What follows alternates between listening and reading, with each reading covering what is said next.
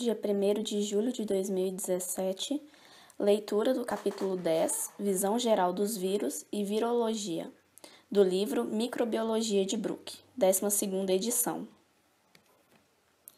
Os vírus são elementos genéticos incapazes de replicarem-se independentemente de uma célula viva, denominada célula hospedeira. Os vírus são, portanto, parasitas intracelulares obrigatórios que dependem de penetração em uma célula viva apropriada para realizarem seu ciclo de replicação. Contudo, os vírus possuem sua própria informação genética, sendo deste modo independentes do genoma da célula hospedeira. No entanto, contrariamente aos elementos genéticos, como plasmídios, os vírus têm forma extracelular, a partícula viral que os permite sobreviver fora do hospedeiro por longos períodos e facilita sua transmissão de uma célula hospedeira a outra. Para multiplicarem-se, os vírus devem penetrar em uma célula, onde podem replicar-se em um processo denominado infecção. Os vírus, assim como os plasmídios e alguns outros elementos genéticos, utilizam a maquinaria metabólica da célula. Assim como esses outros elementos genéticos, os vírus podem conferir importantes propriedades novas às suas células hospedeiras. Essas propriedades são transmitidas no momento da divisão da célula hospedeira, se cada nova célula também herdar o genoma viral. Essas alterações não são sempre danosas, podendo até mesmo ser benéficas. Os vírus podem replicar-se de modo a destruir as células hospedeiras. Esse processo é, portanto, responsável pelo fato de alguns vírus serem agentes de doenças. Abordaremos algumas doenças humanas causadas por vírus nos capítulos 34 e 35. O estudo dos vírus é denominado virologia, e abordaremos os fundamentos dessa área no presente capítulo, que foi dividido em 4 partes. A primeira parte introduz os conceitos básicos da estrutura viral, infecção da célula hospedeira e a maneira pela qual os vírus podem ser detectados e quantificados. A segunda parte aborda a biologia molecular básica envolvida na replicação viral. A terceira parte oferece uma visão geral sobre alguns vírus essenciais que infectam bactérias e animais. Informações adicionais sobre a diversidade viral podem ser encontradas no capítulo 19. A quarta parte trata das entidades subvirais. Os vírus são os micro-organismos mais numerosos em nosso planeta, infectando todos os tipos de organismos celulares. Portanto, são interessantes por si somente. No entanto, os cientistas também estudam os vírus devido às informações que eles podem fornecer em relação à genética e à bioquímica dos processos celulares, e no caso de alguns deles, ao desenvolvimento de doenças. Além disso, como veremos nos capítulos 11 e 12, os vírus também são importantes ferramentas no campo da genética microbiana e engenharia genética. Parte 1. Estrutura e crescimento viral. 10.1. Propriedades gerais dos vírus. Embora os vírus não sejam células e, portanto, sejam não vivos, eles possuem um genoma que codifica a informação necessária à sua replicação. No entanto, os vírus dependem das células hospedeiras para a obtenção de energia e dos compostos necessários à replicação de seus genomas e à síntese de suas proteínas. Consequentemente, eles são incapazes de replicar-se, exceto quando penetram em uma célula hospedeira adequada. Os vírus podem existir nas formas extra- ou intracelulares. No estado extracelular, um vírus é uma partícula microscópica contendo ácido nucleico envolto por proteínas e, ocasionalmente, dependendo do tipo de vírus, outras macromoléculas. Nessa forma, a partícula viral denominada vírion é metabolicamente inerte, não realizando as funções de respiração ou biossíntese. O vírion é a estrutura a partir da qual o genoma viral é transferido da célula onde foi produzido para outras células. Uma vez no interior de uma nova célula, o estado intracelular é iniciado e o vírus é replicado. Novas cópias do genoma viral são produzidas e os componentes que formam o envoltório viral são sintetizados. Determinados vírus de animais, como os vírus da poliomielite e o vírus sincicial respiratório, podem dispensar o estágio extracelular ao deslocar-se de uma célula a outra, no interior do mesmo organismo. Em vez disso, medeiam a fusão de células infectadas com células não infectadas, transferindo os vírus desse modo. Contudo, ao serem transferidos de um organismo a outro, eles têm uma forma verdadeiramente extracelular. Os genomas virais são bastante diminutos, codificando principalmente as funções que não são realizadas pelas células hospedeiras. Assim, durante a replicação intracelular, os vírus dependem essencialmente de componentes estruturais e metabólicos da célula hospedeira. O vírus redireciona as funções metabólicas da célula hospedeira no sentido de favorecer a replicação viral e a montagem de novos vírions. Por fim, novas partículas são liberadas e o processo repete-se. Genomas virais. Todas as células apresentam genomas de DNA de fita dupla. Por outro lado, os vírus podem apresentar genomas de DNA ou de RNA. Um grupo de vírus utiliza DNA e RNA como seu material genético, porém em diferentes estágios de seu ciclo de replicação. Os genomas virais podem ser classificados dependendo de o ácido nucleico presente no vírion corresponder a DNA ou RNA, sendo subdivididos de acordo com o tipo de ácido nucleico, se de fita simples ou dupla, linear ou circular. Alguns genomas virais são circulares, porém a maioria é linear. Embora aqueles vírus cujo genoma consiste em DNA sigam o dogma central da biologia molecular, DNA, RNA, proteína, os vírus de RNA são exceções a essa regra. No entanto, a informação genética ainda flui do ácido nucleico para a proteína. Além desse fato, todos os vírus utilizam a maquinaria de tradução da célula e, dessa forma, independentemente da estrutura genômica do vírus, moléculas de RNA mensageiro devem ser produzidas a fim de serem traduzidas pelo ribossomo da célula hospedeira. Hospedeiros virais e taxonomia. Os vírus podem ser classificados de acordo com os hospedeiros que infectam, bem como por seus genomas. Assim, há vírus bacterianos, vírus de animais, vírus de plantas e vírus que infectam outros tipos de células eucarióticas. Os vírus bacterianos, algumas vezes denominados bacteriófagos, abreviado como fago, do grego phagein, significando comer, foram intensamente estudados como sistemas modelos da biologia molecular e genética da replicação viral. Espécies tanto de bactéria como de arquea são infectadas por bacteriófagos específicos. De fato, muitos dos conceitos básicos da virologia foram inicialmente desenvolvidos a partir dos estudos com vírus bacterianos, sendo posteriormente aplicados aos vírus de organismos superiores. Em virtude de sua frequente importância médica, os vírus de animais também têm sido amplamente estudados, enquanto os vírus de plantas, embora de grande importância na agricultura moderna, sejam os vírus menos estudados.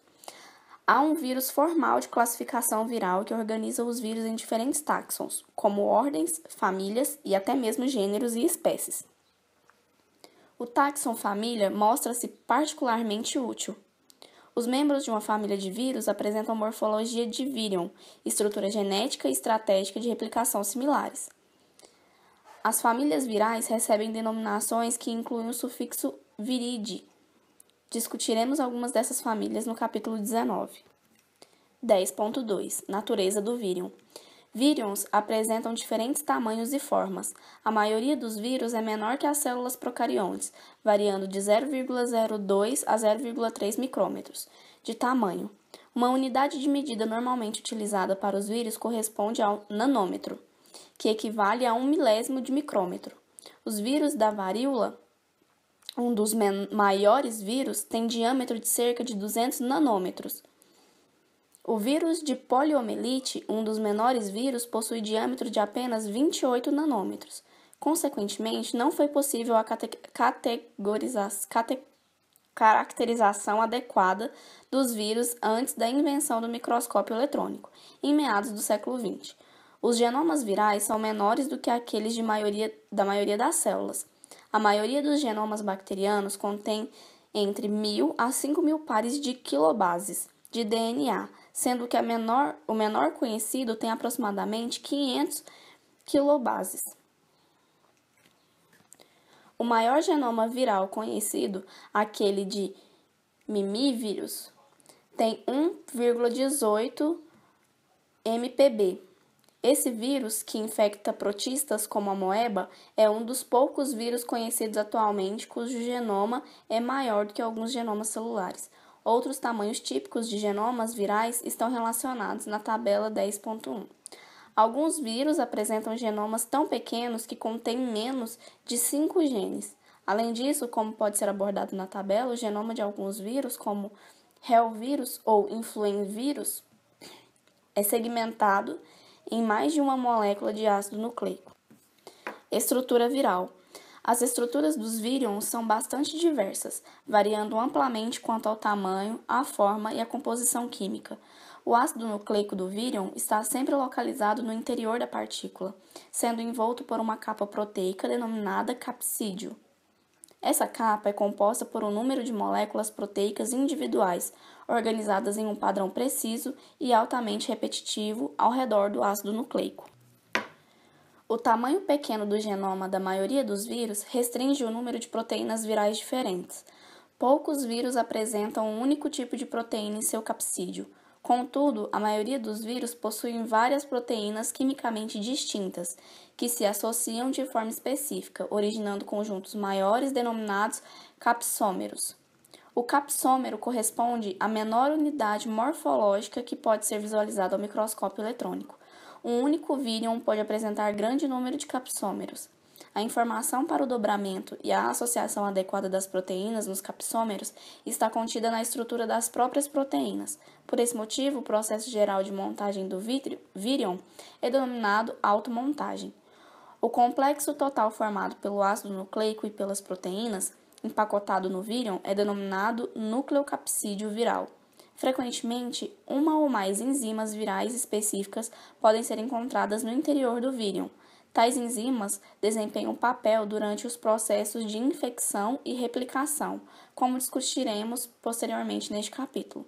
Alguns vírions são nus, enquanto outros possuem camadas ao redor do nucleoplasídeo, denominadas envelope. Simetria viral.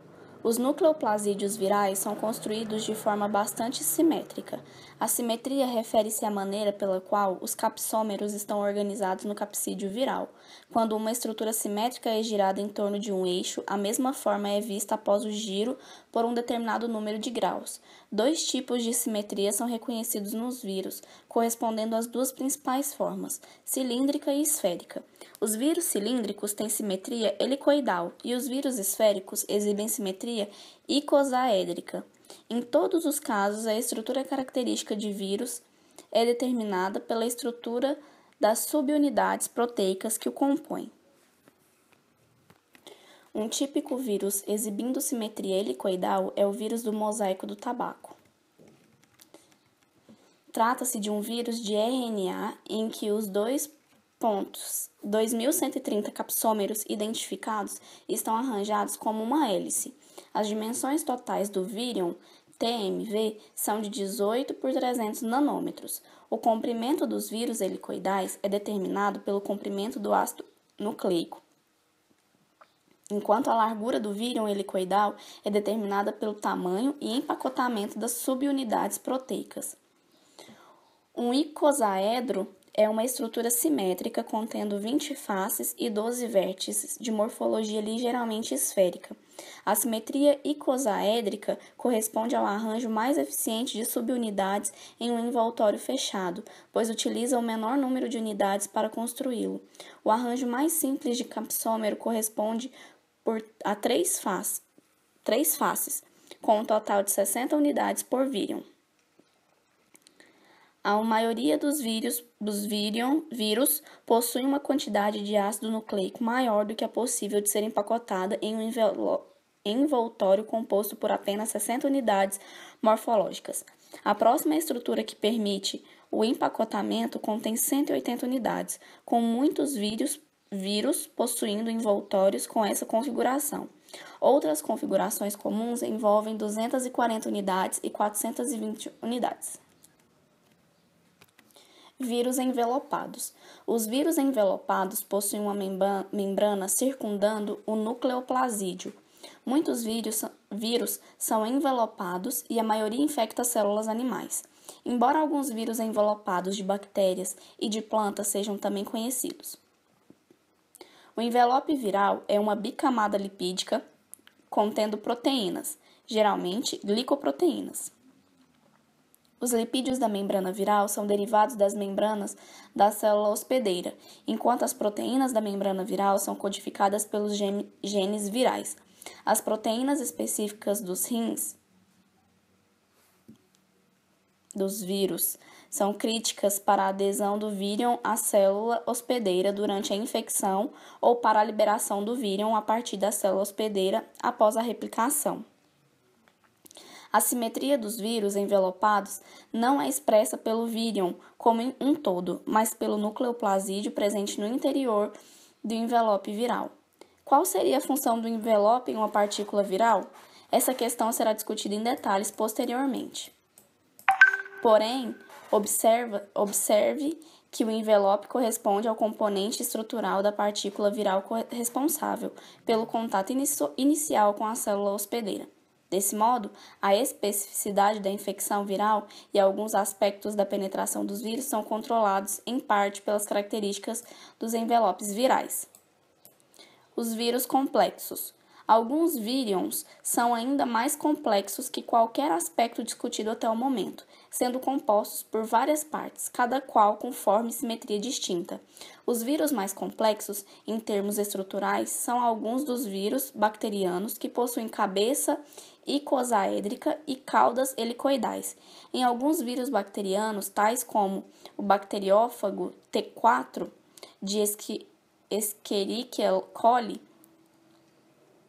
a própria cauda exibe uma estrutura complexa. A cauda complexa de T4 possui aproximadamente 20 proteínas diferentes, com a cabeça apresentando um número ainda maior.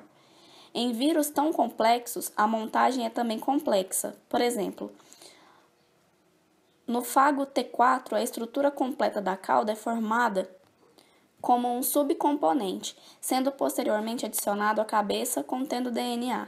Finalmente, as fibras da cauda, compostas por outra proteína, são adicionadas, originando o vírion infeccioso maduro.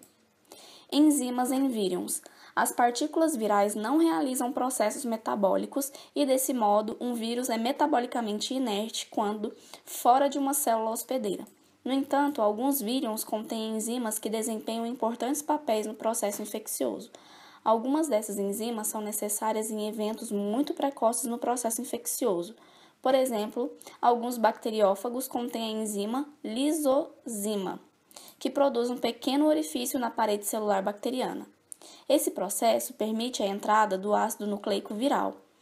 A lisozima é produzida novamente em grandes quantidades nos estágios tardios da infecção, promovendo a lise da célula hospedeira e liberação dos vírions.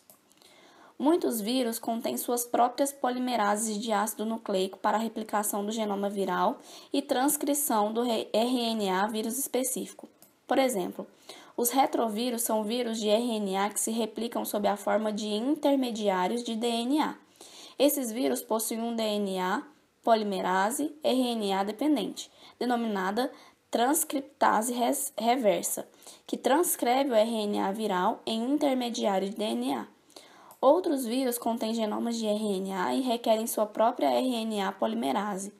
Essas enzimas do vírion são necessárias, uma vez que as células são incapazes de sintetizar DNA ou RNA a partir de um molde de RNA. Alguns vírus contêm enzimas que auxiliam sua liberação do hospedeiro. Por exemplo, determinados vírus de animais possuem proteínas específicas denominadas neuraminidases, enzimas que clivam as ligações glicosídicas das glicoproteínas e dos glicolipídios presentes nos tecidos conectivos de células animais, promovendo a liberação dos vírus. Assim, embora a maioria das partículas virais seja desprovida de enzimas próprias, aqueles que as contêm utilizam-se por um bom motivo. A célula hospedeira seria incapaz de produzir vírus na ausência dessas enzimas adicionais.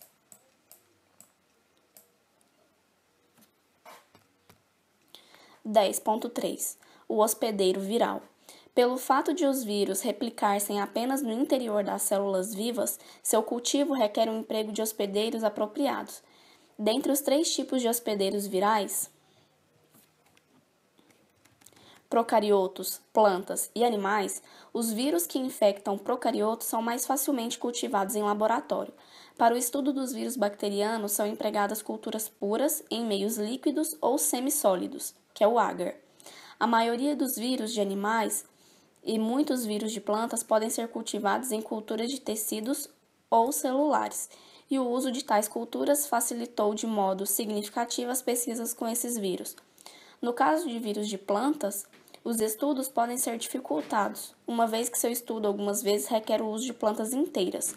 Esse fato pode ser um problema devido ao fato de as plantas crescerem mais lentamente do que as bactérias, e frequentemente os vírus de plantas requererem a ruptura da espessa parede celular, a fim de promoverem a infecção. Culturas de células animais. As culturas de células animais são derivadas de células originalmente retiradas de um órgão de um animal experimental, exceto quando são utilizadas células sanguíneas. As culturas celulares são geralmente obtidas pela remoção asséptica de partes do tecido, seguida da dissociação das células pelo tratamento com uma enzima que degrada o cimento intercelular e semeadura da suspensão resultante sobre uma superfície plana, como o fundo de uma garrafa de cultura ou uma placa de Petri.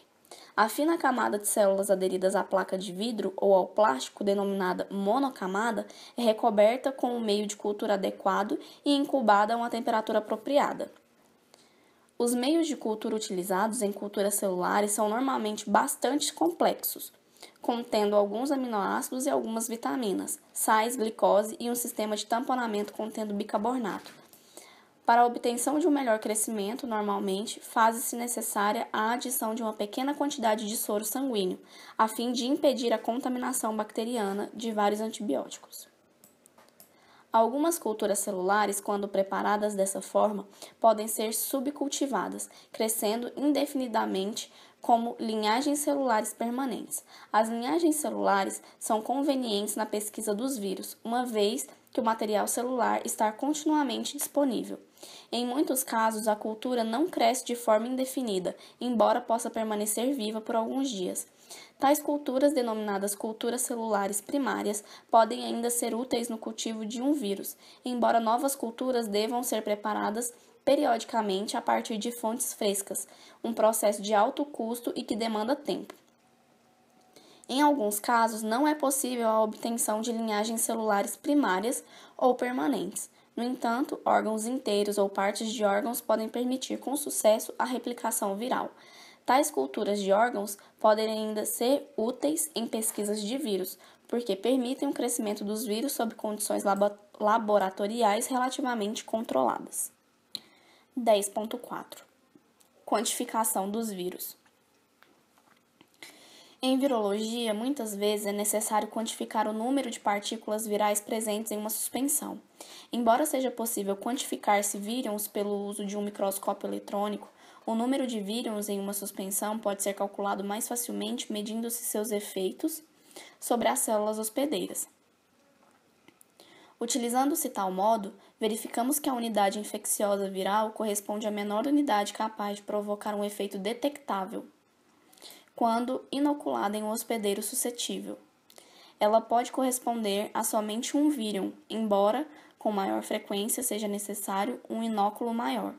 A partir da determinação do número de unidades infecciosas por volume de fluido, uma medida da quantidade de vírus, denominada título, pode ser obtida. Ensaio de formação de placas de Lise. Quando um vírion inicia uma infecção em uma camada de células hospedeiras crescendo em uma superfície plana, uma zona de Lise pode ser observada na forma de uma área clara no tapete de células hospedeiras em crescimento. Essa zona clara recebe a denominação de placa de Lise e convencionou-se que cada placa de Lise origina-se a partir da replicação de um único vírion. As placas de Lise correspondem essencialmente a janelas que surgem no tapete de células, exibindo crescimento confluente. No caso de bacteriófagos, as placas de Lise podem ser obtidas quando partículas virais são misturadas a uma fina camada de bactérias hospedeiras, espalhadas na forma de uma sobrecamada de agar na superfície de um meio de cultura sólido. Durante a incubação da cultura, as bactérias crescem, originando uma camada turva visível a olho nu. No entanto, em todas as regiões onde a infecção viral tenha sido iniciada com sucesso, ocorrerá a lise das células, resultando na formação de uma placa de Lise. Contando-se o número de unidades formadoras de placas de Lise, é possível calcular o número de unidades virais infecciosas presentes na amostra inicial. O ensaio de formação de placas de Lise permite também o isolamento de linhagens virais puras. Isso porque, se uma placa de Lise originou-se a partir de um único vírus, todos os vírus nessa placa devem ser geneticamente idênticos. Alguns dos vírus da placa podem ser coletados e inoculados em uma nova cultura bacteriana fresca, obtendo-se uma linhagem viral pura. O desenvolvimento do ensaio de formação de placas de Lise foi importante para o avanço da virologia, da mesma forma que o desenvolvimento de meios sólidos foi significativo para a microbiologia de culturas puras. As placas de Lise podem ser obtidas com vírus de animais, utilizando-se culturas de células animais como hospedeiras. Uma monocamada de células animais em cultura é preparada em uma placa ou garrafa plana, a qual a suspensão viral é sobreposta. As placas de Lise são reveladas como zonas de destruição das células animais e, a partir do número de placas originadas, é possível estimar o título viral. Eficiência de plaqueamento. O conceito de eficiência de plaqueamento é importante para a virologia quantitativa. Em um dado sistema viral, o número de unidades formadoras de placas de Lise é sempre inferior às contagens da suspensão viral realizadas ao microscópio eletrônico. Assim, a eficiência com que os vírus infectam as células hospedeiras raramente alcança 100%, podendo muitas vezes ser consideravelmente menor.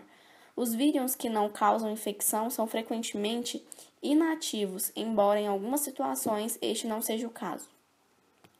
Alguns vírus originam muitas partículas virais incompletas durante a infecção. Em outros casos, especialmente em vírus de RNA, a taxa de mutação viral é tão elevada que muitos vírus contêm genomas defectivos. No entanto, algumas vezes, a baixa eficiência de plaqueamento significa que, nas condições empregadas, alguns vírus não foram capazes de infectar as células com sucesso. Embora no caso de vírus bacterianos, a eficiência de plaqueamento geralmente seja superior a 50%. No caso de vírus de animais, ela pode ser muito inferior, de 0,1 a 1%. O conhecimento da eficiência de plaqueamento é útil no cultivo de vírus, uma vez que permite estimar a concentração necessária de uma suspensão viral, isto é, seu título, a fim de originar um número determinado de placas de Lise. Métodos que empregam animais intactos. Alguns vírus não causam efeitos reconhecíveis em culturas celulares, embora levem o animal à morte. Em tais casos, a quantificação pode ser realizada somente pela titulação nos animais infectados. O procedimento geral consiste na realização de diluições seriadas de amostra viral, geralmente por meio de diluições decimais, seguida na incubação das amostras de cada diluição em diversos animais sensíveis. Após um período de incubação adequado, a fração de animais mortos e vivos para cada diluição é tabulada, sendo realizado o cálculo do ponto final e de diluição. Ele corresponde à diluição em que, por exemplo, metade dos animais inoculados morre, que é a LD50. Embora o método utilizando animais inteiros seja mais trabalhoso e menos preciso do que os métodos de cultura celulares, ele pode ser essencial no estudo de certos tipos de vírus.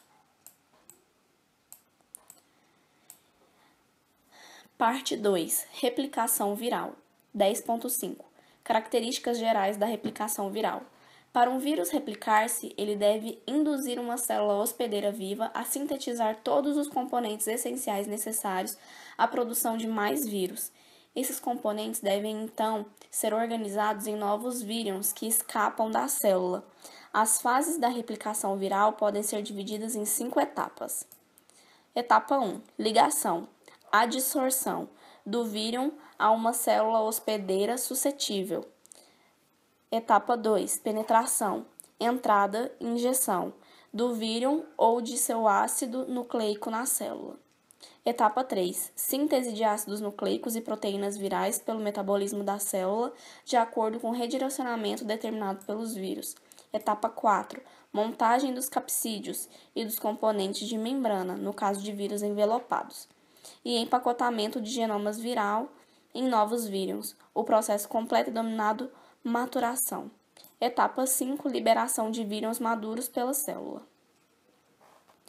Nos primeiros minutos após a infecção, disse que os vírus estão em fase de eclipse. Durante esse período, as partículas infecciosas não podem ser detectadas no meio de cultura. A fase de eclipse é iniciada assim que as partículas infecciosas são removidas do ambiente, devido à sua adsorção às células hospedeiras. Uma vez ligados, os vírus deixam de estar disponíveis para infectar outras células. Esse processo é acompanhado pela penetração do ácido nucleico viral na célula hospedeira. Se a célula infectada rompe-se nessa fase, o vírus deixa de existir como entidade infecciosa, uma vez que o genoma viral não se encontra mais no interior de seu capsídeo. A maturação é iniciada à medida em que as moléculas de ácido nucleico recém-sintetizadas são empacotadas no interior das capas proteicas. Durante a fase de maturação, o título de vírus ativos no interior da célula aumenta de forma expressiva. Todavia, as novas partículas virais não podem ainda ser detectadas, exceto se as células forem lisadas artificialmente, a fim de promover sua liberação. Uma vez que os vírus recém-sintetizados ainda não surgiram externamente à célula, os períodos de eclipse e maturação, em conjunto, são denominados período de latência. Ao final da maturação, ocorre a liberação de vírus maduros como resultado da lise celular ou de algum processo de brotamento ou de excreção, dependendo do vírus. O número de vírus liberados, denominado tamanho da população liberada, depende do vírus e do hospedeiro em particular, podendo variar de alguns poucos a milhares.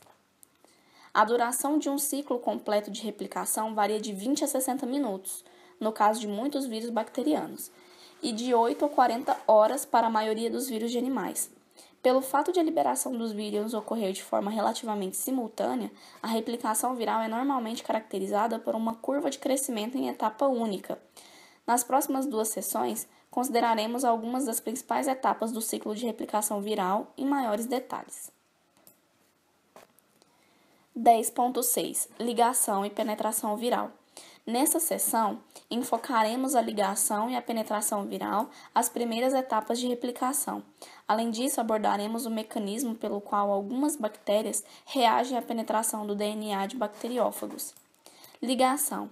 A base mais comum para a especificidade de um vírus em relação ao hospedeiro depende da ligação. O próprio vírus, nu ou envelopado, possui uma ou mais proteínas externas que interagem com componentes específicos da superfície celular, denominados receptores. Esses receptores são componentes superficiais normais das células hospedeiras, como proteínas, carboidratos e glicoproteínas, lipídios, lipoproteínas ou complexos desses, aos quais os vírus se ligam. Os receptores realizam funções normais da célula. Por exemplo, o receptor para o bacteriófago T1 é uma proteína captadora de ferro, enquanto o receptor do bacteriófago lambda normalmente está envolvido na captação de maltose. Os receptores de vírus de animais podem incluir macromoléculas necessárias ao contato intercelular ou pelo sistema imune. Por exemplo, os receptores do vírus da poliomielite ou do HIV são normalmente utilizados em interações entre as células humanas. Na ausência de seu receptor específico, o vírus não é capaz de adsorver e, portanto, não causa infecção. Além disso, quando o sítio receptor é modificado, por exemplo, por mutação, o hospedeiro pode tornar-se resistente à infecção viral. No entanto, mutações do vírus podem adquirir a capacidade de serem adsorvidos a hospedeiros anteriormente resistentes. Além disso, alguns vírus de animais podem ser capazes de utilizar mais de um receptor. de modo que a perda de um deles não impede necessariamente a ligação. Assim, a variedade de hospedeiros de um vírus, em particular, é determinada em parte pela disponibilidade de um receptor adequado que o vírus seja capaz de reconhecer. Em organismos multicelulares, as células de diferentes tecidos ou órgãos frequentemente expressam proteínas distintas em suas superfícies. Consequentemente, os vírus que infectam animais infectam apenas células de determinados tecidos. Por exemplo, muitos vírus que provocam tosse e resfriados infectam somente as células do trato respiratório superior. Penetração. A ligação de um vírus à sua célula hospedeira promove alterações tanto no vírus como na superfície celular, as quais resultam em sua penetração. Os vírus devem replicar-se no interior das células. Desse modo, pelo menos o genoma viral deve ser capaz de penetrar na célula. No entanto, conforme mencionado, para que alguns vírus se repliquem, certas proteínas devem também penetrar na célula hospedeira. É importante ressaltar que a ligação e mesmo a penetração em uma célula suscetível não levam à replicação viral. Caso a informação contida no genoma viral não possa ser decodificada, uma célula que permite o ciclo completo de replicação de um vírus é referida como permissiva para aquele vírus. Vírus distintos apresentam diferentes estratégias para a penetração. Alguns vírus envelopados de animais são desnudados na membrana citoplasmática, liberando o conteúdo do vírus no citoplasma. No entanto, no caso de vírus nus de animais e muitos vírus envelopados de animais, o vírus inteiro penetra na célula por endocitose. Em tais casos, o vírus deve ser desnudado no interior da célula hospedeira, de forma que o genoma seja exposto e a replicação possa ser realizada. Alguns vírus envelopados sofrem o desnudamento no citoplasma, enquanto em outros o desnudamento ocorre na membrana nuclear. Ligação e penetração de bacteriófagos apresentando cauda. Células apresentando parede celular, como a maioria das bactérias, são infectadas de maneira diferente de células animais, as quais não apresentam essa estrutura. Os mecanismos de penetração mais complexos foram observados em vírus que infectam bactérias. O bacteriófago T4, que infecta Escherichia coli, é um bom exemplo. A estrutura do bacteriófago T4 foi ilustrada. O vírus apresenta uma cabeça no interior da qual a cauda longa e relativamente complexa, em cuja extremidade há uma série de fibras e espículas da cauda. Os vírions inicialmente ligam-se às células pelas fibras da cauda. As extremidades das fibras interagem especificamente com os polissacarídeos encontrados na membrana externa.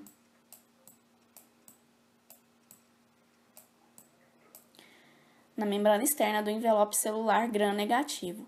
Em seguida, essas fibras da cauda sofrem retração, propiciando o contato entre o cerne da cauda e a parede celular bacteriana por meio de uma série de espículas caudais delgadas situadas na sua extremidade. A ação de uma enzima similar à lisozima promove a formação de um pequeno poro no peptídeo glicano. A bainha da cauda contrai-se e o DNA viral penetra no interior do citoplasma através de um orifício presente na ponta da cauda fágica, enquanto a maior parte do envoltório proteico permanece fora da célula. Restrições e modificações viral pela célula hospedeira. Os animais podem, muitas vezes, eliminar os vírus invasores por mecanismos de defesa imunológicos antes que a infecção viral se dissemine ou algumas vezes antes que o vírus penetre nas células-alvo. Além disso, os eucariotos, incluindo animais e plantas, possuem um mecanismo antiviral conhecido como RNA de interferência. Os procariotos são desprovidos desses dois tipos de defesas. No entanto, os procariotos possuem sistemas específicos de destruição de DNA, capazes de destruir DNA viral de fita dupla após sua injeção. Essa destruição é realizada por endonucleases de restrição do hospedeiro, enzimas que clivam o DNA viral em um ou vários locais, impedindo assim sua replicação. Esse fenômeno é denominado restrição e é parte de um mecanismo geral do hospedeiro que impede a invasão por ácidos nucleicos exógenos. Para que tal sistema seja efetivo, o hospedeiro deve possuir um mecanismo que confira proteção a seu próprio DNA. Esse processo é realizado pela modificação específica de seu DNA nos sítios de clivagem das enzimas de restrição. As enzimas de restrição são específicas para DNAs de fita dupla e, desse modo, os vírus de DNA de fita simples, assim como todos os vírus de DNA, não são afetados pelos sistemas de restrição. Embora os sistemas de restrição do hospedeiro propiciem proteção significativa, alguns vírus de DNA podem sobrepujar os mecanismos de restrição do hospedeiro pela introdução de modificações em seus próprios ácidos nucleicos, de modo que eles deixam de estar sujeitos ao ataque enzimático. Dois padrões de modificação química do DNA viral são conhecidos: glicolização e metilação. Por exemplo, o DNA dos bacteriófagos T. pares, T2, T4 e T6 podem apresentar diferentes graus de glicosilação, impedindo sua clivagem por endonucleases. Muitos outros ácidos nucleicos virais são modificados por metilação. Contudo, quer glicosilados, quer metilados, os ácidos nucleicos virais são modificados após a replicação de seu genoma, por meio de proteínas de modificação codificadas pelos vírus. Outros vírus, como os bacteriófagos T3 e T7, evitam a destruição pelas enzimas de restrição do hospedeiro pela codificação de proteínas que inibem os sistemas de restrição do hospedeiro. Para contrapor-se a esse processo, algumas células hospedeiras possuem múltiplos sistemas de restrição e metilação, auxiliando a impedir a infecção por vírus capazes de sobrepujar somente um deles.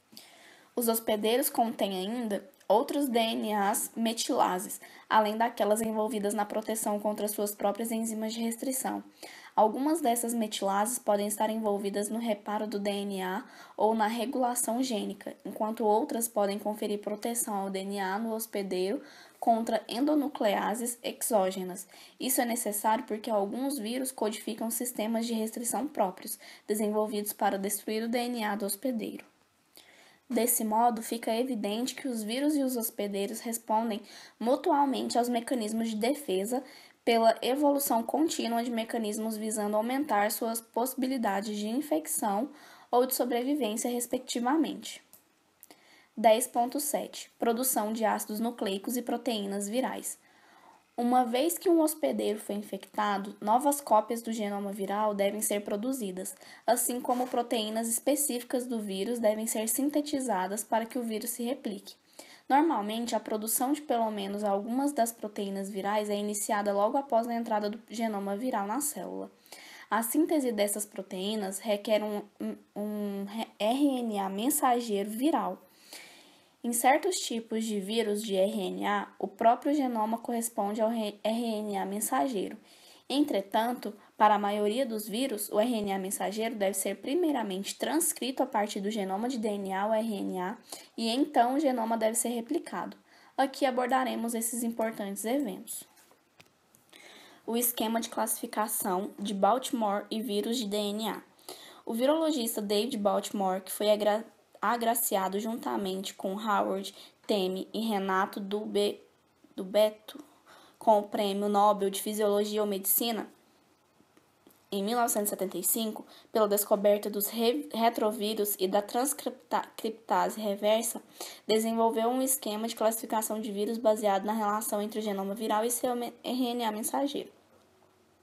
Na classificação de Baltimore, são reconhecidos 7 classes de vírus. Os vírus de DNA de fita dupla são agrupados na classe 1. O mecanismo de síntese de RNA mensageiro e replicação do genoma dos vírus de classe 1 é o mesmo que aqueles utilizados pelo genoma da célula hospedeira.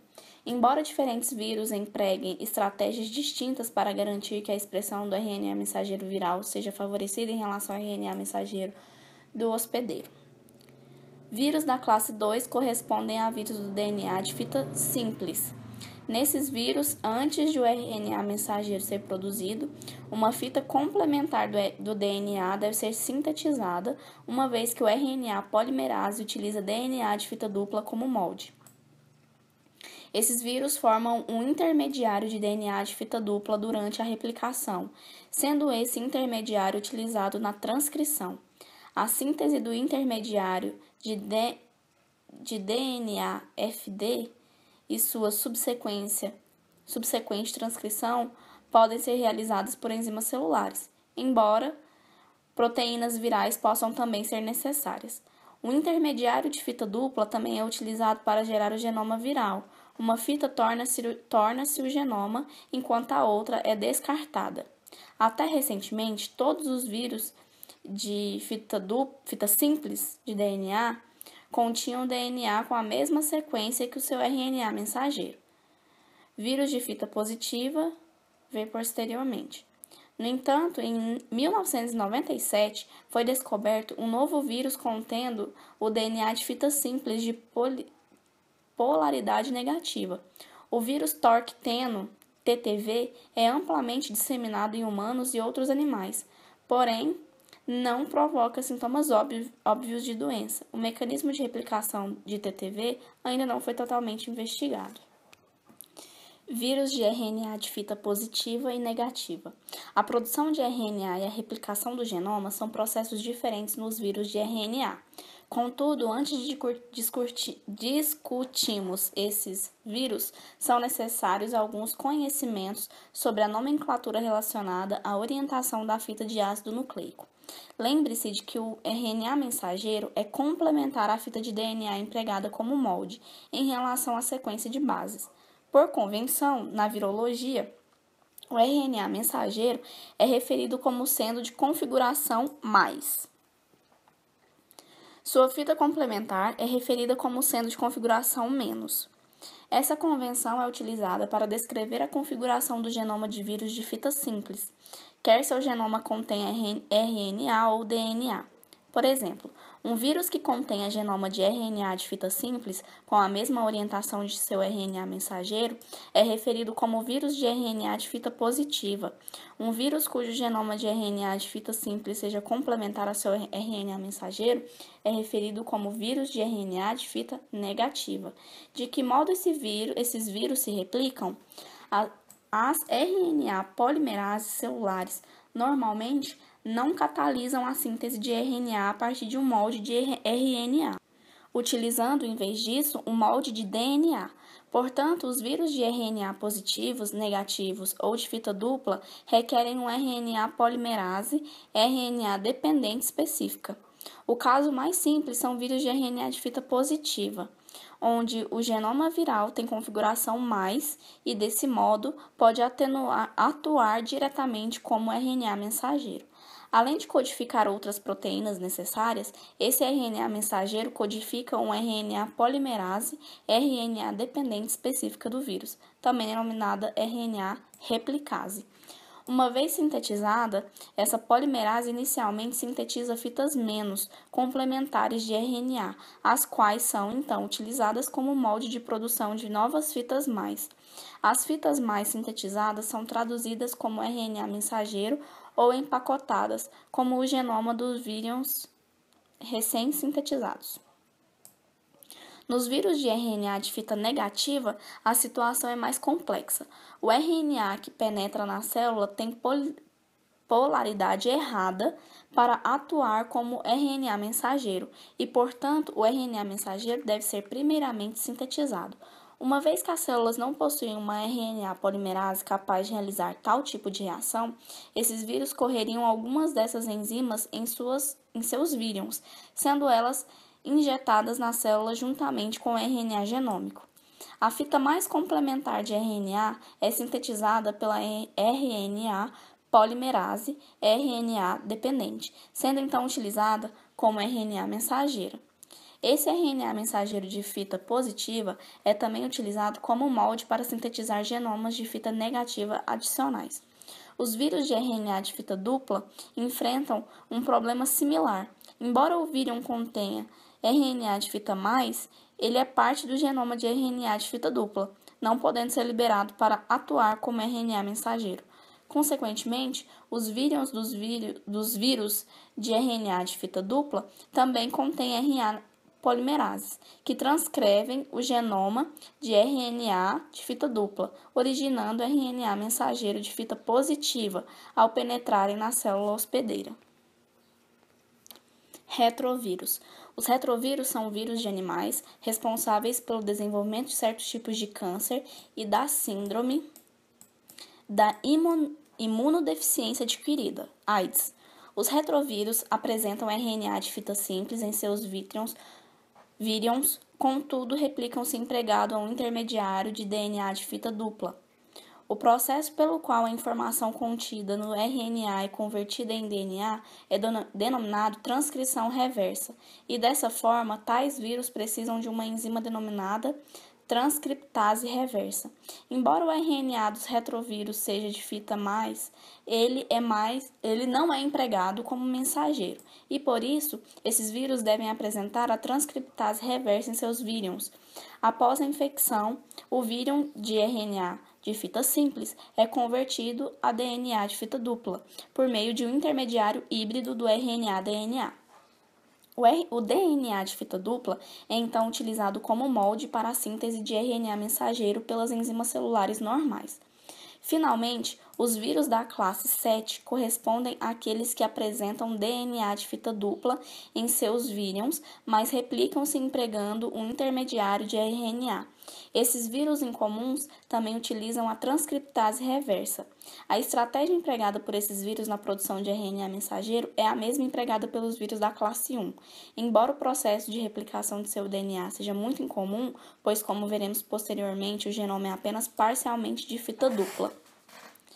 Embora, aparentemente, o esquema de Baltimore englobe todas as possibilidades, há exceções. Por exemplo, os ambivírus contêm genoma de RNA de fita simples, no qual metade está na orientação mais, podendo ser utilizado como RNA mensageiro, e a outra metade na configuração menos, que não pode ser empregada como tal. Uma fita complementar deve ser sintetizada a partir dessa última metade, antes que os genes possam ser traduzidos. A evolução claramente levou a diversidade dos genomas virais a seus limites. Proteínas virais. Uma vez que o RNA mensageiro tenha sido produzido, as proteínas virais podem ser sintetizadas. Essas proteínas podem ser agrupadas em duas categorias amplas. 10.9. Bacteriófagos, virulentos e T4. Os vírus virulentos provocam a morte de seus hospedeiros após a infecção. Os primeiros vírus desse tipo a serem detalhadamente estudados foram os bacteriófagos, com genomas de DNA linear de fita dupla que infectam Escherichia coli e várias outras espécies relacionadas de bactéria. Os virologistas iniciaram os trabalhos realizando o isolamento e o estudo desses vírus como sistemas modelo da replicação viral, utilizando-os para estabelecer muitos dos princípios fundamentais da biologia molecular e da genética. Esses fagos receberam designações de T1 e T2 e assim por diante até T7, com o T referindo-se à cauda que esses fagos apresentam. Neste capítulo, já mencionamos brevemente como um desses vírus, o fago T4, liga-se ao hospedeiro e como seu DNA penetra na célula. Aqui discutiremos esses vírus em maiores detalhes a fim de ilustrar o ciclo de replicação de vírus virulentos. O genoma de bacteriófagos T pares. Os bacteriófagos T2, T4 e T6 são vírus intimamente relacionados, porém o fago T4 é o mais estudado. O vírion do fago T4 é estruturalmente complexo. Ele consiste em uma cabeça icosaédrica alongada com dimensões totais de 85 por 110 de nanômetro, ligada à cabeça a uma cauda complexa que consiste em um tubo helicoidal, ao qual estão conectados uma bainha, um pescoço, entre aspas, conector com um colarinho, entre aspas, e uma placa basal complexa, a qual as fibras longas e articuladas da cauda são ligadas. A partícula viral completa apresenta mais de 25 tipos diferentes de proteínas estruturais. O genoma de T4 consiste em uma molécula de DNA linear de fita dupla com 168.903 pares de bases. O genoma de T4 codifica mais de 250 proteínas diferentes, e embora nenhum vírus conhecido codifique seu próprio aparato de tradução, o fago T4 codifica vários de seus próprios RNAs tradutores. Embora o genoma de T4 apresente uma sequência linear singular, as moléculas de DNA genômicas de diferentes vírions não são idênticas. Isso ocorre porque o DNA do fago T4 sofre permutação circular. Moléculas que são permutadas circularmente parecem ter sido linearizadas pela abertura de círculos idênticos em diferentes locais. Além da permutação circular, o DNA de cada vírion de T4 apresenta sequências repetidas de aproximadamente 3,6 kpb em cada extremidade, denominadas repetições terminais. Ambos os fatores afetam o empacotamento do genoma. O DNA de T4 com redundância terminal, que infecta uma única célula hospedeira, é primeiramente replicado como uma unidade e, em seguida, várias unidades genômicas são recombinadas em suas extremidades, originando uma longa molécula de DNA, denominada concatâmero. Durante o empacotamento do DNA de T4, o DNA não é clivado em uma sequência específica. Em vez disso, um segmento de DNA longo o suficiente para preencher uma cabeça do fago é clivado do concatâmero, uma vez que a cabeça do fago T4 comporta um DNA de tamanho ligeiramente maior do que o genoma. Esse mecanismo de preenchimento da cabeça leva à permutação circular e à redundância terminal. O DNA de T4 contém a base modificada 5-hidroximetilcitosina em lugar de citosina. Esses resíduos são glicolizados e o DNA contendo essa modificação é resistente a virtualmente todas as enzimas de restrições conhecidas. Consequentemente, o DNA de T4 encontra-se protegido das defesas do hospedeiro.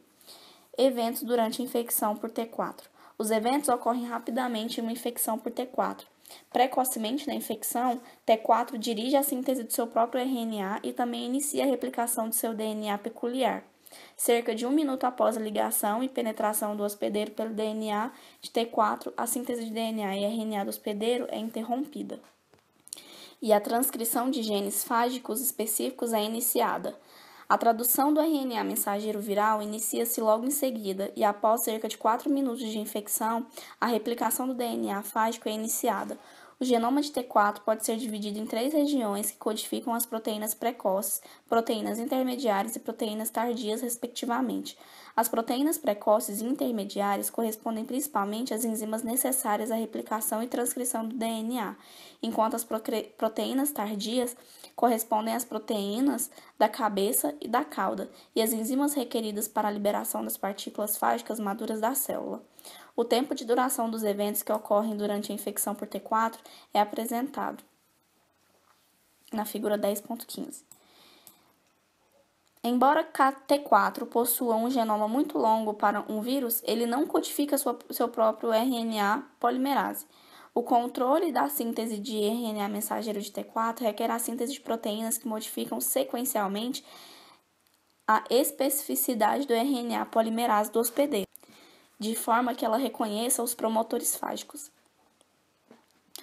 Os promotores precoces são reconhecidos diretamente pela RNA polimerase do hospedeiro e precisam do fator sigma do hospedeiro. A transcrição do hospedeiro é interrompida logo em seguida por um fator anti-sigma codificado pelo fago, o qual se liga ao hospedeiro e interfere no reconhecimento dos promotores do hospedeiro. Proteínas específicas do fago, codificadas pelos genes precoces, também promovem modificações covalentes nas subunidades do RNA polimerase do hospedeiro, enquanto outras proteínas codificam pelo fago também ligam-se ao RNA polimerase. Essas modificações alteram a especificidade da polimerase, que passa a reconhecer os promotores intermediários de T4, uma das proteínas precoces de T4. Reconhece uma sequência particular de DNA nesses promotores intermediários, orientando a RNA polimerase para tais sítios. A transcrição a partir de promotores tardios requer um novo fator sigma codificado por T4. A modificação sequencial da RNA polimerase da célula hospedeira, conforme descrito aqui para o fago T4, é também empregada por muitos bacteriófagos para regular a sua expressão gênica. O fago T4 codifica mais de 20 novas proteínas, as quais são sintetizadas precocemente após a infecção. Elas incluem enzimas envolvidas na síntese da base incomum 5-hidroximetilcitosina e em sua glicosilação, além de uma enzima que degrada o precursor do DNA normal, a desoxicitidina trifosfato. Além disso, T4 codifica algumas enzimas cujas funções são similares àquelas das enzimas de replicação do DNA da célula hospedeira. Porém, são sintetizadas em maiores quantidades, permitindo a síntese mais rápida de DNA específico de T4. Proteínas precoces adicionais incluem aquelas envolvidas no processamento de DNA fágico recém-replicado. A maioria dos genes tardios codifica proteínas estruturais de vírion, incluindo as de cabeça e de cauda. Montagem das cabeças e das caudas ocorre de forma independentemente. O DNA é ativamente bombeado para o interior da cabeça até que a pressão interna atinja o nível necessário, que corresponde a 10 vezes a pressão de uma garrafa de champanhe. A cauda e as fibras da cauda são acrescentadas após o preenchimento da cabeça. A saída do vírus ocorre com a lise celular. O fago codifica uma enzima, a lisozima de T4, que degrada o peptidoglicano da célula hospedeira.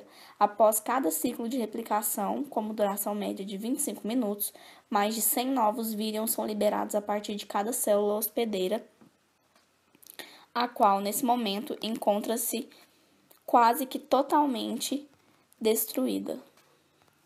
10.10 Bacteriófagos temperados, Lambda e P1.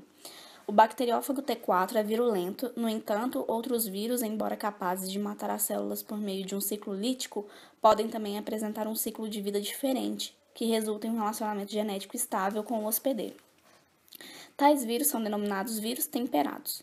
Esses vírus podem assumir um estado denominado lisogenia, em que a maioria dos genes virais não é expressa, sendo o genoma viral denominado prófago, replicado em sincronia com o cromossomo do hospedeiro. A expressão do genoma viral é responsável pelos danos à célula hospedeira e não a mera presença do DNA viral. Consequentemente, as células hospedeiras podem albergar genomas virais sem prejuízo, desde que a expressão dos genes que controlam as funções líticas dos vírus seja mantida sob controle.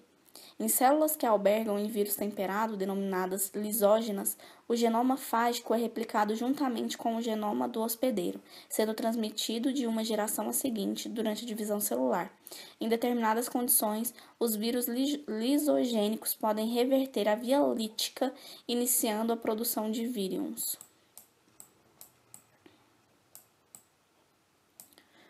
Os dois fagos temperados mais bem caracterizados são Lambda e P1.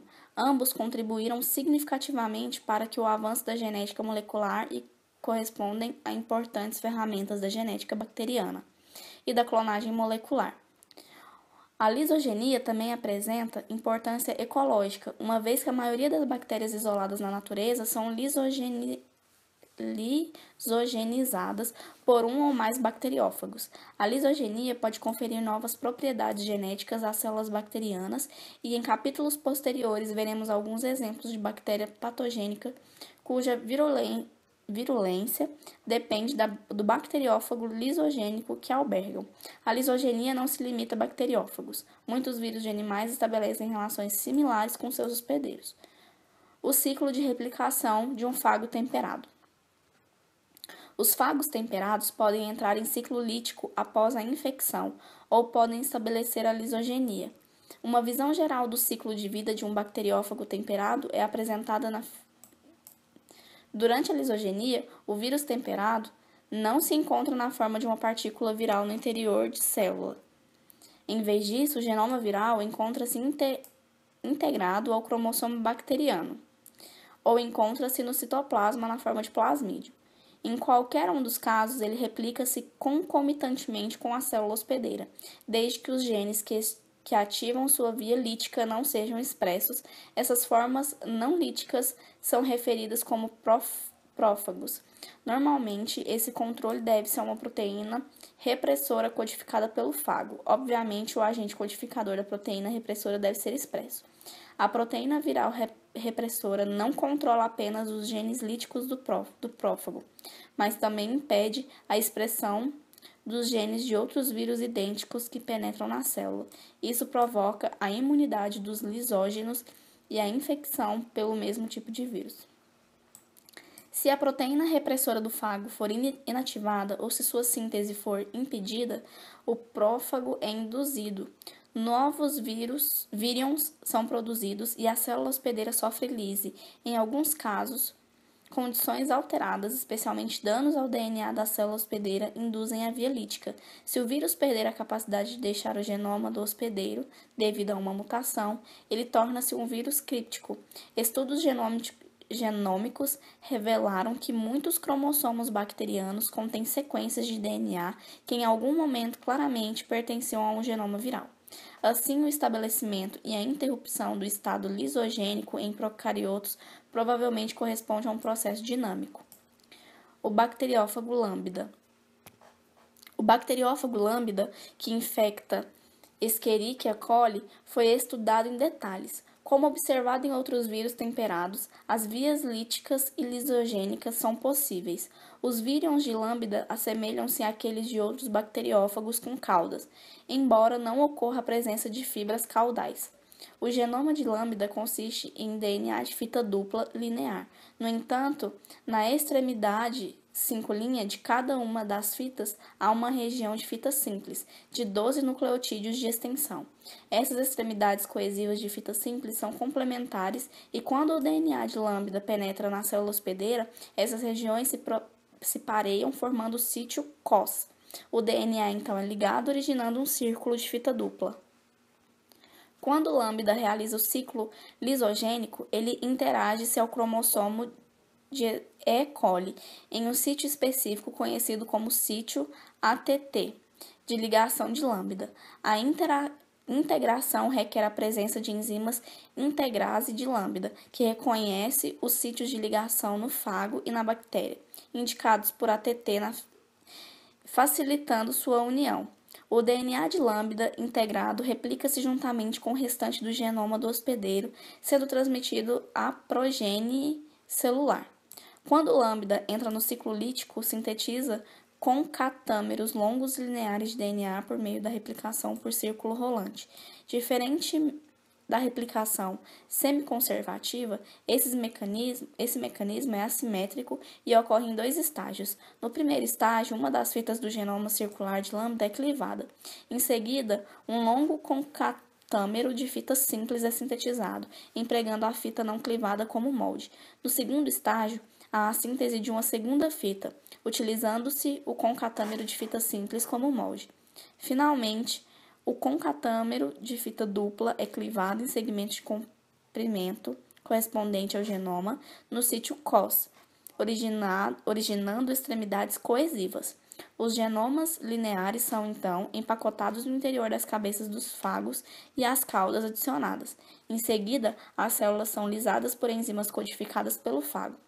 Muitos vírus do DNA e RNA, assim como alguns plasmídios, utilizam variantes da replicação por círculo rolante.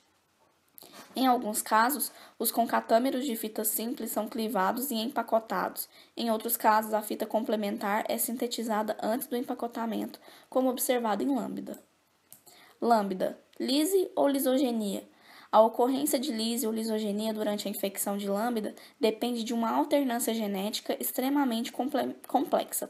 Os elementos essenciais consistem em 2 proteínas repressoras, o repressor de lambda, ou proteína C1, e o repressor CRO. Para estabelecer a lisogenia, 2 eventos devem ocorrer. 1. A produção de proteínas tardias deve ser impedida. E 2. Uma cópia de genoma de lambda deve ser integrada ao cromossomo de hospedeiro.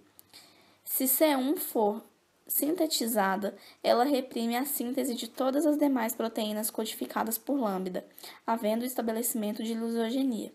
Contrariamente, CRO reprime a expressão das proteínas C2 e C3, que são necessárias à manutenção da lisogenia pela indução da síntese do repressor de lambda, que é o C1. Assim, quando o CRO é produzido em altas quantidades, lambda encontra-se comprometido com a via lítica. A degradação de C2 para uma protease da célula hospedeira, a proteína FTSH, também é crítica. A proteína C3 de lambda protege C2 contra o ataque pela protease e promove sua estabilização. Um resumo das etapas que controlam a lise e a lisogenia de lambda é apresentado. O resultado final depende se a proteína CRO ou C1 são denominantes em uma determinada infecção. Quando o CRO domina os eventos regulatórios, o resultado é a lise, ao passo que a lisogenia ocorrerá quando o C1 for dominante. 10.11 Visão geral dos vírus de animais. As seções iniciais deste capítulo dedicaram-se às propriedades gerais dos vírus, sendo os vírus dos animais pouco mencionados. Aqui, sendo os vírus de animais pouco mencionados. Aqui passaremos a considerar alguns dos atributos dos vírus de animais que servirão de base para a discussão sobre os retrovírus, em um dos quais causa a síndrome de imunodeficiência adquirida, que é a AIDS. Em nossas discussões sobre a reprodução viral, nas seções 10.5 e 10.7, abordaremos a questão do hospedeiro viral de forma geral. No entanto, é importante lembrar que o hospedeiro de um bacteriófago corresponde a uma célula bacteriana, ao passo que os hospedeiros de vírus de animais são as células eucarióticas. Abordaremos de modo mais abrangente essas importantes diferenças no capítulo 19, no qual discutiremos diversos tipos de vírus de animais em maiores detalhes. No entanto, os aspectos essenciais consistem em 1. Contrariamente ao observado em procariotos, o vírion completo penetra na célula animal. E 2. As células eucarióticas possuem um núcleo onde muitos vírus de animais são replicados. Além disso, alguns detalhes do processamento de RNA de eucariotos interferem na replicação dos vírus de animais, porém eles não serão considerados no momento. Classificação de vírus de animais.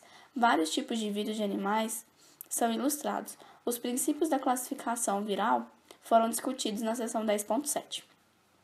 Os vírus de animais são classificados segundo os mesmos critérios adotados para os vírus bacterianos, incluindo o sistema de classificação de Baltimore, que classifica os vírus com base no tipo de genoma e na estratégia de reprodução. São conhecidos vírus de animais em todas as categorias de replicação. No capítulo 19, discute-se um exemplo de cada. A maioria dos vírus de animais estudados em detalhe são aqueles que se replicam em culturas celulares. Observe que existem mais tipos de vírus de animais envelopados do que de vírus bacterianos envelopados. Esse fato provavelmente está relacionado às diferenças nas características externas das células hospedeiras. Contrariamente às células procarióticas, as células animais são desprovidas de parede celular e, desse modo, os vírus são mais facilmente secretados pela célula. Ao deixarem a célula, os vírus removem parte da bicamada lipídica da célula animal, quando atravessam a membrana. Consequências da infecção viral em células animais. Os vírus podem provocar diversos efeitos distintos nas células animais. A infecção lítica resulta na destruição da célula hospedeira. No caso de vírus envelopados, no entanto, a liberação dos vírions, que ocorre por um processo de tipo brotamento, pode ser lenta e não provocar a lise da célula hospedeira. Desse modo, a célula infectada pode permanecer viva e continuar produzindo vírus indefinitivamente. Tais infecções são denominadas infecções persistentes. Os vírus podem também provocar infecções latentes no hospedeiro. Em uma infecção latente, há um intervalo de tempo entre a infecção viral e os eventos líticos. As vesículas febris causadas pelos vírus de herpes simples correspondem a um típico exemplo de uma infecção viral latente. Os sintomas resultantes da lise da celular reaparecem esporadicamente quando os vírus saem do estado de latência. O estágio latente da infecção viral de uma célula animal geralmente não se deve à integração de genoma viral no genoma da célula hospedeira, como frequentemente observa-se nos casos de infecções latentes, por bacteriófagos temperados. Em vez disso, os herpes vírus encontram-se no estado inativo no interior das células nervosas. Um baixo nível de transcrição ocorre, porém não há replicação do DNA viral.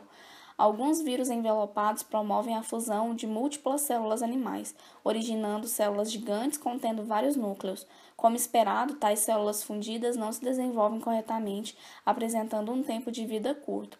Além disso, a fusão celular protege os vírus da exposição ao sistema imunológico, pois eles passam a deslocar-se entre os núcleos das células hospedeiras sem emergirem delas.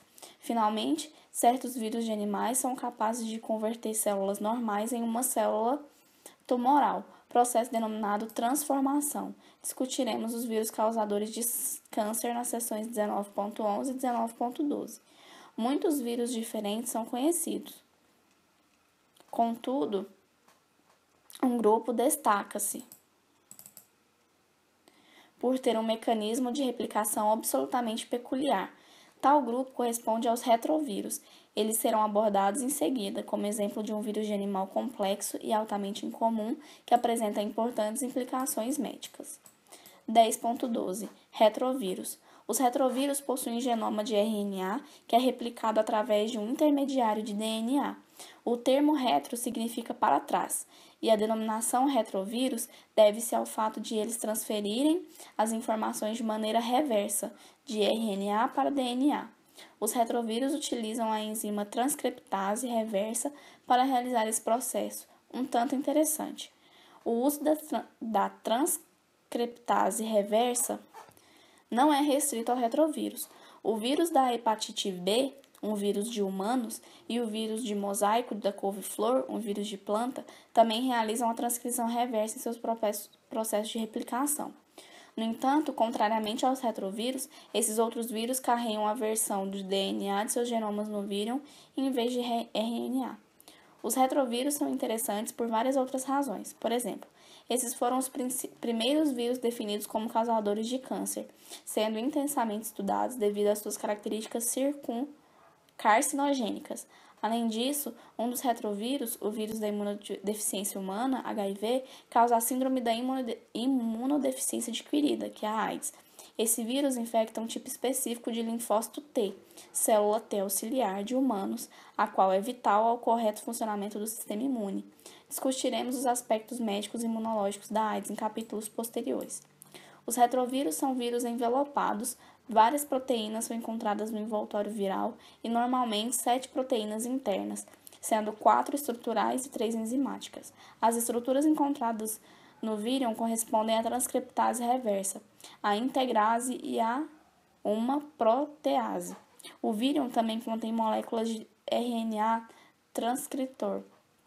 tradutor celular específica, utilizadas na replicação, discutidas posteriormente nessa seção.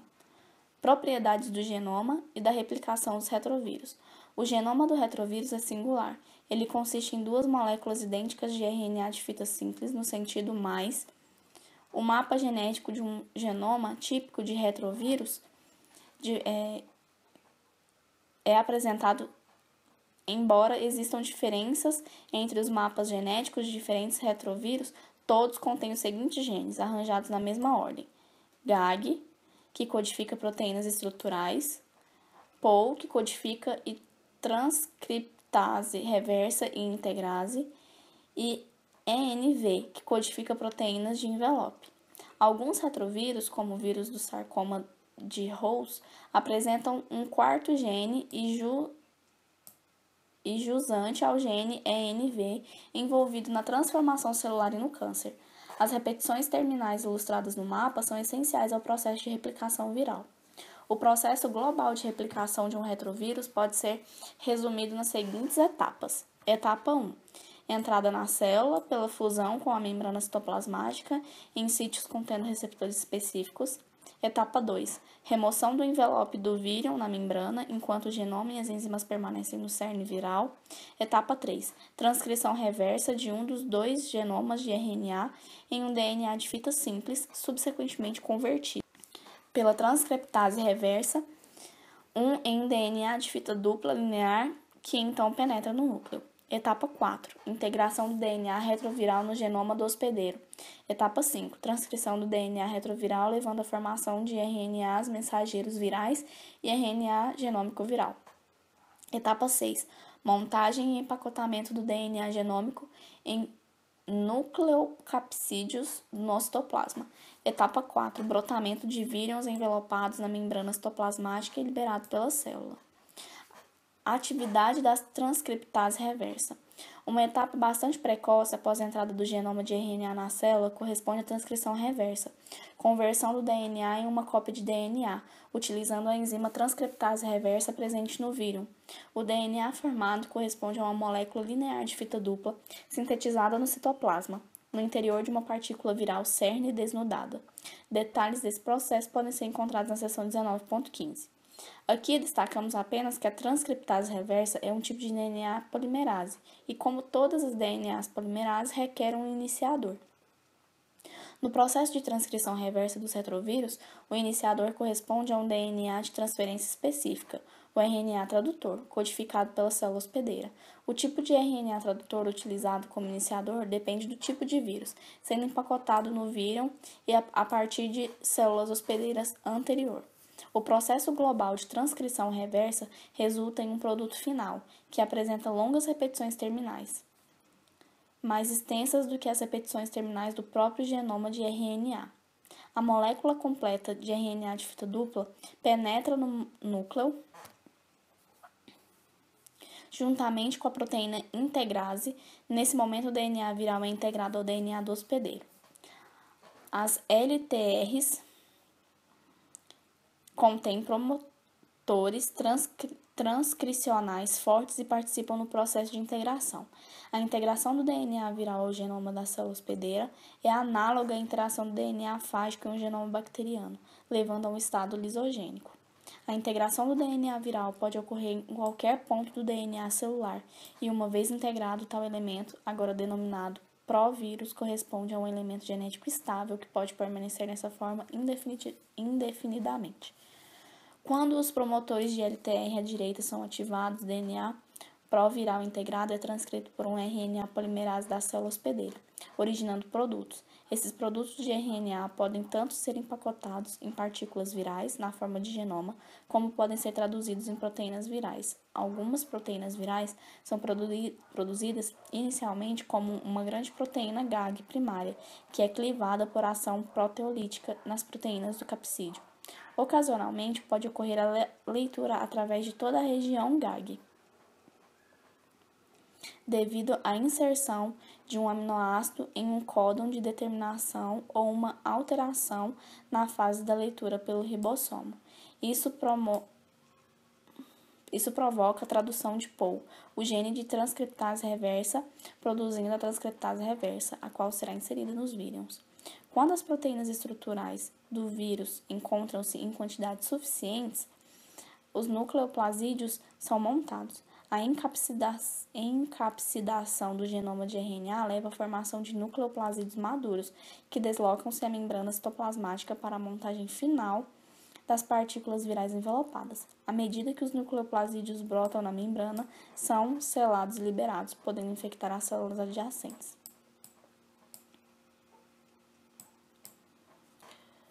Parte 4. Entidades subvirais. Definimos um vírus como um elemento genético que subverte os processos celulares normais, favorecendo sua própria replicação, o que exibe uma forma extracelular infecciosa. Existem alguns agentes infecciosos semelhantes aos vírus, porém suas propriedades não se enquadram nessa definição e, portanto, não são considerados vírus. Os vírus defectivos são nitidamente derivados de vírus, porém, tornaram-se dependentes de outros vírus completos para suprir determinados produtos gênicos.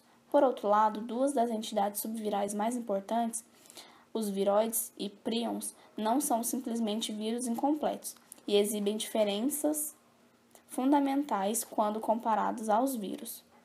Ambos ilustram os mecanismos incomuns pelos quais elementos genéticos podem ser replicados e os mecanismos inesperados que eles utilizam para subverter as células hospedeiras. No entanto, os prions destacam-se dentre todos os elementos genéticos que abordamos neste capítulo, uma vez que o agente infeccioso transmissível é desprovido de ácidos nucleicos. 10.13. Vírus defectivos. Alguns vírus são parasitas de outros vírus, conhecidos como vírus auxiliares, ou helpers. Alguns desses assim chamados vírus defectivos dependem simplesmente de vírus intactos do mesmo tipo a fim de serem supridos das funções necessárias. Muito mais interessantes são os vírus defectivos, referidos como vírus satélite, para os quais não se conhece uma versão intacta. Esses dependem do auxílio de vírus não relacionados. Exemplos de vírus defectivos e satélites. Vários vírus defectivos são conhecidos. Por exemplo, o bacteriófago P4 de Escherichia coli. É capaz de replicar-se, porém, seu genoma não codifica quaisquer proteínas de capsídeo. Esses vírus dependem do fago relacionado P2, que atua como um fago helper, fornecendo as proteínas do capsídeo necessárias à montagem da partícula fágica. Os vírus satélites são encontrados tanto em animais como em vegetais. Por exemplo, os vírus adeno-associados AAV é um vírus satélite de humanos que depende de adenovírus como auxiliar. O vírus adeno-associado e o adenovírus pertencem a duas famílias virais bastante distintas. Assim, o AAV não é meramente um mutante defectivo do adenovírus, mas sim um vírus não relacionado que infecta as mesmas células hospedeiras. Contudo, pelo fato de causar pouco ou nenhum dano ao hospedeiro, o AAV está sendo atualmente utilizado como vetor de clonagem eucariótica para terapia gênica. Nesse sistema, o AAV pode ser utilizado para carregar genes de substituição em tecidos hospedeiros específicos sem causar doença. 10.14 Viróides.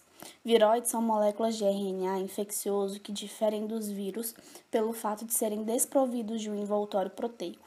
Apesar disso, os viróides possuem uma forma extracelular relativamente estável que migra de uma célula hospedeira a outra.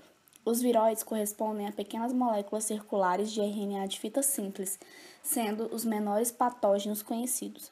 Eles variam do tamanho de 246 a 399 nucleotídeos e exibem considerável grau de homologia de sequência, sugerindo que possuam raízes evolutivas comuns. Os viróides causam importantes doenças em plantas e podem representar um grave impacto na agricultura. Alguns viróides bem estudados incluem o viróide cadangue do coco, o viróide da Esocortes de cítricos e o viróide de tubérculo afilado da batata. Não são conhecidos viróides que infectam animais ou procariotos. A estrutura e função dos viróides. A estrutura e função dos viróides. A forma extracelular do viróide corresponde a um RNA nulo. Não há qualquer tipo de capsídeo proteico. Embora o RNA do viróide não seja um círculo de fita simples covalentemente fechado, existem tantas estruturas secundárias que eles se assemelham a pequena molécula de fita dupla com as extremidades fechadas. Essa configuração parece tornar o viróide suficientemente estável, permitindo sua existência fora da célula hospedeira. Por ser desprovido de um envoltório proteico, o viróide não utiliza um receptor para penetrar na célula hospedeira. Em vez disso, o viróide penetra na planta através de uma lesão decorrente da ação de um inseto ou de outro dano mecânico. Uma vez no interior da célula, os viróides deslocam-se de uma célula a outra por meio dos plasmodesmas, feixes citoplasmáticos delgados que unem as células vegetais. Um aspecto ainda mais interessante é o fato de a molécula de RNA não conter genes codificadores de proteínas, e dessa forma, o viróide ser quase que totalmente dependente das atividades do hospedeiro para sua replicação. O viróide é replicado no núcleo ou cloroplasto da célula hospedeira por uma das RNA polimerases da planta. Como resultado, há a síntese de um RNA multimérico, consistindo em muitas unidades viróides ligadas pelas extremidades. O viróide contribui com uma atividade em sua replicação. Parte do próprio viróide exibe atividade de ribosima. Essa atividade de ribosima é empregada na autoclivagem do RNA multimérico, liberando viróides individuais. Doenças provocadas por viróides. Plantas infectadas por viróides podem ser assintomáticas ou desenvolverem sintomas que variam de moderadas a letais, dependendo do viróide. A maioria dos sintomas severos está relacionada ao crescimento, sugerindo que os viróides mimetizam ou interferem de alguma forma com pequenos RNAs regulatórios, cujos exemplos são amplamente observados em plantas. Assim, os próprios viróides poderiam ser RNAs regulatórios que evoluíram de modo a induzir eventos destrutivos ao invés de exercerem papéis benéficos na célula. Não são conhecidas doenças causadas por viroides em animais. Da mesma forma, os mecanismos pelos quais os viroides causam doenças em plantas permanecem obscuros. 10.15 Prions. Os prions representam um outro extremo em relação aos viroides. Eles apresentam uma forma extracelular distinta, de natureza totalmente proteica. A partícula do prion não contém DNA ou RNA. Contudo, é infecciosa, sendo conhecidos prions que causam doenças em animais, como o SCRAP, em ovinos e encefalopatia espongiforme em gado bovino.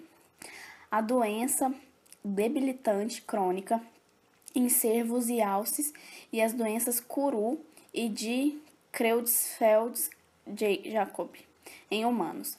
Não são conhecidas doenças causadas por prions em plantas, embora prions tenham sido encontrados em leveduras. Coletivamente, as doenças animais causadas por prions conhecidas como encefalopatias espongiformes transmissíveis, TSEs. Em 1997, o cientista americano Stanley Prusiner foi agraciado com o Prêmio Nobel de Fisiologia ou Medicina por um trabalho pioneiro com essas doenças e com as proteínas de prions. Em 1996, a partir do rastreamento da doença da Inglaterra, tornou-se evidente que o prion causador da BSE no gado bovino é também capaz de infectar humanos, resultando em um novo tipo de CJD, denominada CJD variante.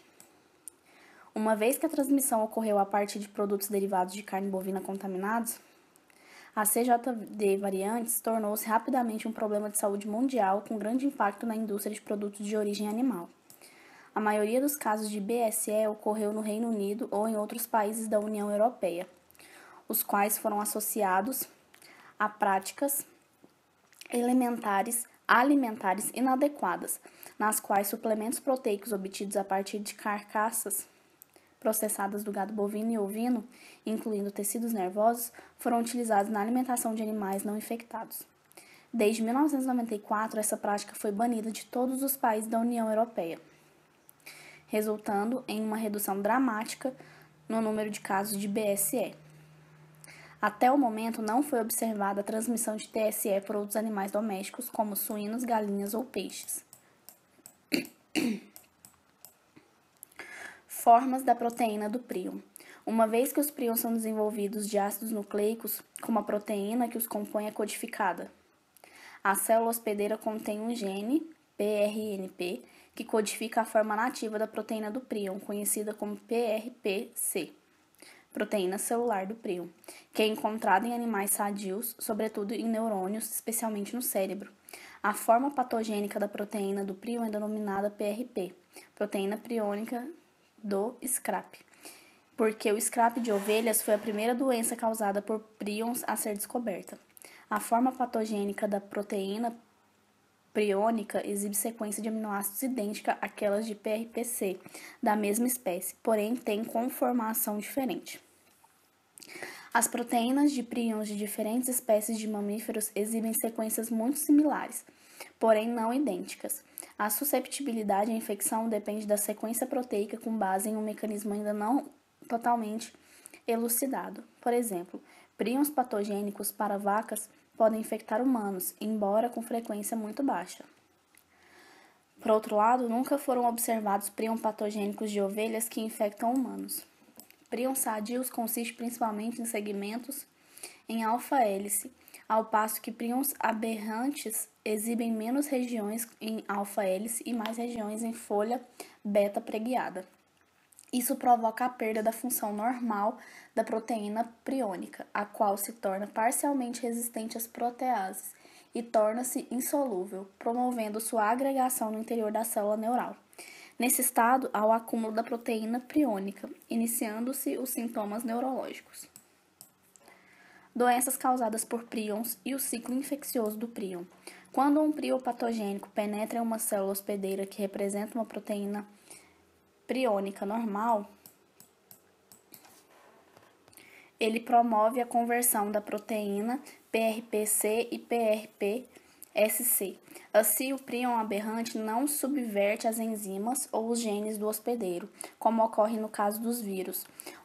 Em lugar disso, o prion replica-se ao converter as proteínas priônicas normais, já existentes na célula hospedeira, à forma patogênica. À medida que os prions patogênicos acumulam-se, formam agregados insolúveis nas células cerebrais. Esse processo resulta nos sintomas da doença, que são invariavelmente neurológicos, e na maioria dos casos decorrentes da destruição do tecido cerebral ou tecido nervoso relacionado. Não se sabe ao certo se a destruição do tecido cerebral resulta diretamente do acúmulo das proteínas priônicas agregadas. A proteína priônica normal atua na célula como uma glicoproteína da membrana citoplasmática e demonstrou-se que é necessária a ligação de prions patogênicos à membrana para que os sintomas da doença sejam desencadeados. Versões mutantes da proteína priônica patogênica, incapazes de ligarem-se à membrana citoplasmática da célula nervosa, podem ainda agregar-se, mas não causam a doença. A doença causada por prions ocorre por 3 mecanismos distintos, embora todos levem ao mesmo resultado. Em uma doença priônica infecciosa, conforme descrito há pouco, a forma patogênica da proteína priônica é transmitida entre animais ou humanos. Na doença priônica esporádica, o dobramento incorreto aleatório de uma molécula de PRPC ocorre em um indivíduo normal e não infectado. Essa modificação é propagada da mesma forma que uma doença priônica infecciosa, havendo eventualmente o acúmulo da forma patogênica da proteína priônica até o surgimento dos sintomas. Em seres humanos, esse processo ocorre em cerca de um indivíduo a cada 1 milhão. Na doença priônica herdada, uma mutação no gene que codifica o prion gera uma proteína priônica que sofre a modificação para a forma causadora de doença com maior frequência. Várias mutações distintas são conhecidas, cujos sintomas mostram discretas variações. O que ocorre quando uma proteína PRPSC não encontra qualquer prion sadio para alterar? A resposta é que não ocorre doença. Isso pode parecer surpreendente, mas lógico, considerando-se o mecanismo de replicação do prion, camundongos modificados geneticamente que apresentam as 2 cópias de gene PRNP rompidas e, portanto, não produzem PRPC, são resistentes a infecções por prions patogênicos. Curiosamente, tais camundongos também têm tempo de vida normal e não exibem distúrbios comportamentais evidentes. Isso deixa em aberto uma intrigante questão sobre qual o papel que as proteínas priônicas normal desempenham nas células cerebrais. Fim da leitura do capítulo 10, Visão Geral dos Vírus e Virologia, do livro Microbiologia de Bruck.